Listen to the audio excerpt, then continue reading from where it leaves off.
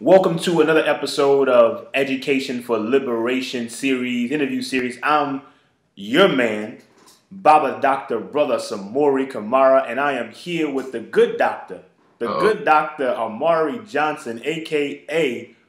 Amari Rebel, the baddest guitar player in the land, a.k.a. Slimmy Hendrix, a.k.a. Don't Believe Me, Just Watch, a.k.a. I'm in here, you heard me. How you doing, black man? Revolutionary love to you.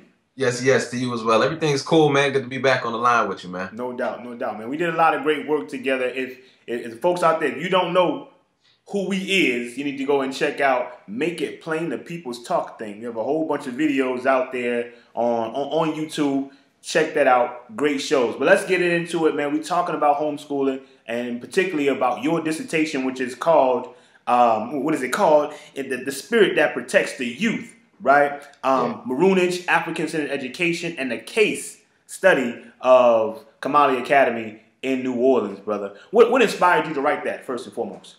Well, you know, I've long been a student of the maroons, you know, historically, and really trying to see that, you know, maroonage not only as a sort of concept of folks enslaved on a plantation in the Caribbean, in the southern United States, or in Southern America, you know, running off into the hills, but also about the practices that they use and how we can apply that to our current situation.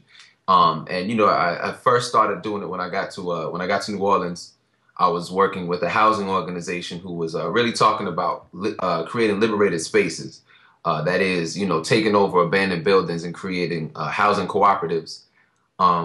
You know, and then I saw from there, I was like, well, look, I'm here working closely with Camara Academy, and this to me is maroonage in practice. It's not metaphorically speaking, but in practice, this is maroonage. So, you know, one thing led to the other, and then the dissertation was born. No doubt. So explain to the people, what is maroonage and why can it be used in the same conversation with Camara Academy or homeschooling? Cool.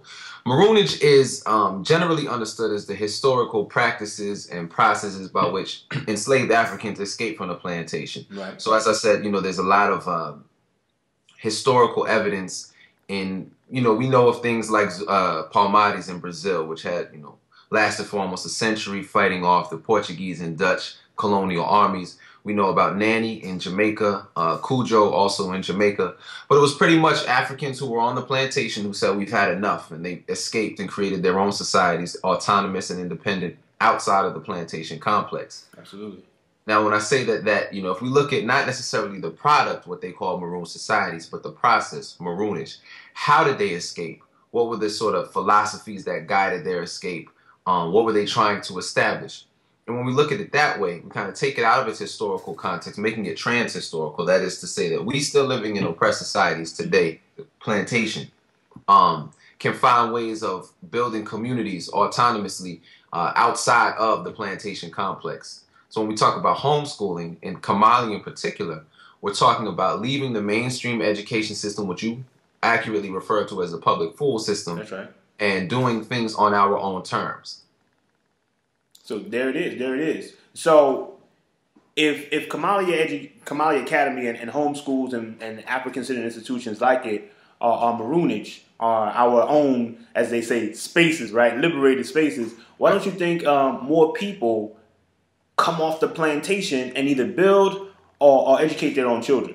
Yeah, I think that if we look at this in a, you know, maroon societies or maroonage in the historical context, it was never the sort of primary way to respond to the plantation order. For whatever reasons, number one, folks may not have seen it as feasible. Folks may not have even known about it as an option. I think that in my work with Kamali, one of the things that was always been so surprising was, you know, folks were just utterly amazed at the work that we were doing because they had never thought about it before. Yeah. You know, it's funny because it's such a simple idea. A few folks who are committed to educating, you know, children and communities, coming together and sharing resources, and then, you know, having parents and families who believe in them. And then we can solve all of the problems that we say, you know, the overcrowded classrooms or, you know, the culturally irrelevant curriculum, so on and so forth. Now, why people aren't doing it, I'm not sure. Like I said, one, they may not be able to even think about it as a possibility. They may be scared, or they may be, I think that's really just unaware of that it's an option, you know.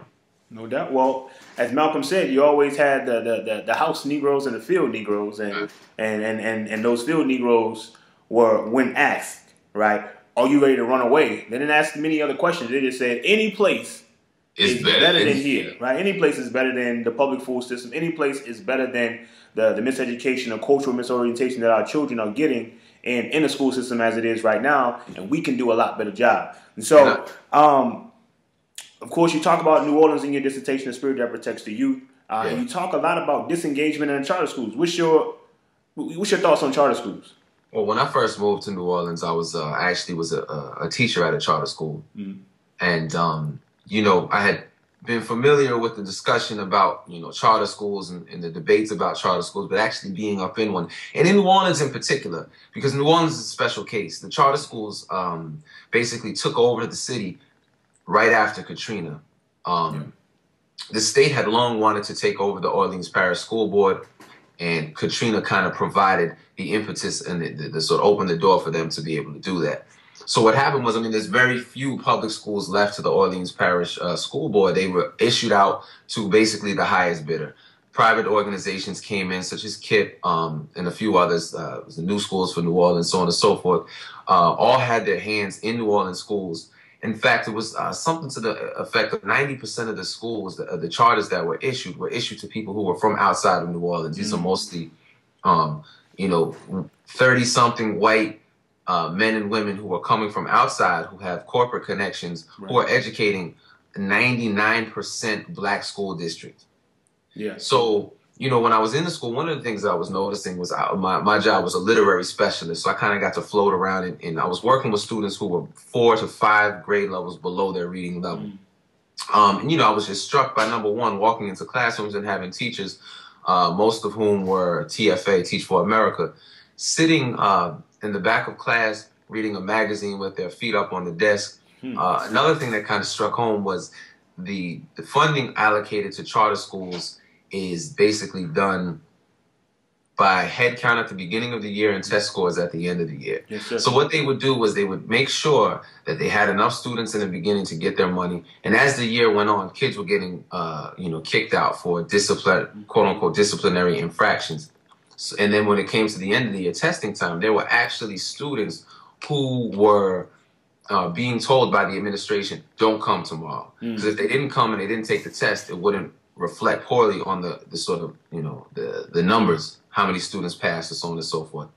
And, you know, one of the things in the dissertation, we actually, in a strange twist of fate, had one of our first graduates of Kamali Academy was my student at this school. You know what I mean? So he kind of provided a lot of extra insight from a student's perspective as to what was going on in that school and, unfortunately, across the city.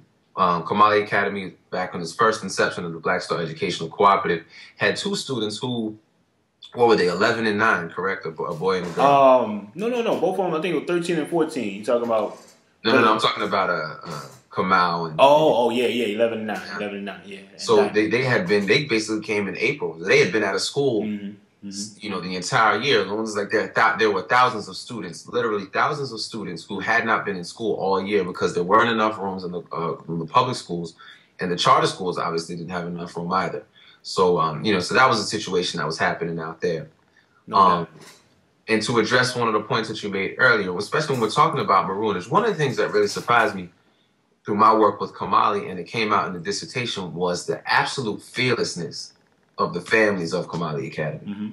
And this is really what it takes to be a maroon. Right. You know, whereas we said we're opening an African-centered school, and the first assumption would be that the people who would respond to that would be the folks who had, you know, the families who had some sort of African-centered cultural orientation, at least an explicit one. And what we found is that most of the people who responded, they were cool. They liked the black stuff. But they wanted an environment where their students were being nurtured, where they had, you know, sort of intimate interaction, where, you know, it's 3-to-1 student to teacher ratio, or, you know what I mean, something like that. They liked that it was a culturally reaffirming environment, but they were also, and this was most important, they were willing to step away. They knew any place was better than there. They weren't satisfied with what was happening with their children, and instead of waiting for a change to come, they made that change happen, and that's maroonage in practice. No doubt. See, we are modern day maroons. The good brother Amari Johnson tells us. Amari Rebel on the guitar. Definitely, man. Yo, so we like to leave the folks with at least a couple articles, couple books, couple CDs that will help them on their journey in their homeschooling or building their own institutions. Just to give them some motivation, man. Yeah. Well, you know, Richard Price is kind of seen as the head scholar on maroonage. Okay. He has a book called Maroon Societies. Now, generally, I disagree with a lot of his sort of premises, but the thing that's powerful about this book is it's actually an edited compilation. So you do get to see primary source documents from folks who either lived through the Maroon Societies or, you know, colonial voices, basically. And you really get to see the ingenuity of our people, I mean, how they built these societies. So that's definitely one book to check out. Okay. Another one is called Quilombismo by Abdias do Nascimento. He's a Brazilian scholar. Okay. And basically what he does is rewrite the entire history of Brazil, African history in Brazil, from the days of Christopher Columbus. And then he sort of proposes this idea of quilombismo, which is maroonage, you know, within a contemporary context, as a cultural paradigm. And this is what's important. It's a cultural paradigm. And then I think the third one would be The Irritated Genie by Jacob Carruthers, which really talks about the Haitian Revolution. And he talks about it from a racial vindicationist standpoint. So not focusing necessarily on the black, you know, Jacobins but really getting into this was a revolutionary force with racial vindication. He really spends a lot of time talking about the role that Dessalines played in the racial in the revolution, you know, sort of after Toussaint. And yeah, so I think that those three are really important to check out if you want to know more about maroonage and really draw the connections. Oh, there is a fourth, I'm sorry. Yeah. Umoja Village, Take Back the Land. Okay. Max Rameau, which talks about the folks who literally seized an abandoned lot in Miami and created a sort of tent city. It burned down 6 months later, but if you look at how they did it, it's literally a how-to guide, you know what I mean, for building autonomous communities. So. No doubt. We got to get off the plantation, man. Got to get off the plantation. Let's give the folks just a little bit of advice going forward, brother. Yo, you know, this is actually something that I've kind of gotten from your lead. When we talk about getting off the plantation, you don't need to talk about it. You just need to do it. And it's been an inspiration to work with you for the past, 6 years now. Yeah. To just see that it's a brother who's really making something happen. And the folks are responding. The folks are supporting you. The folks believe in your vision. And yeah, man. So keep up the good work. And I think we should all take that as a lesson. It's time to move. No doubt, man. Revolutionary love to you, brother Baba Doctor, all that kind of stuff that you are, Amari Rebel. Yo, man, thank you for being a guest on Education for Liberation education series, brother. Congrats on the wedding date set on August 17th, the born day of the Honorable Marcus Mosiah Garvey. Go ahead home with your bad self, young brother. And again, man, Asante Sana Madase. We should definitely bring back that and make it plain. And make it plain. I think the people definitely want to see that, so we got to make it happen. Sons of Malcolm. Sons of Malcolm. El Haj Malik El Shabazz. There it is. Yo, have a good night, brother. Thank you so much. Too. All right, peace. Peace.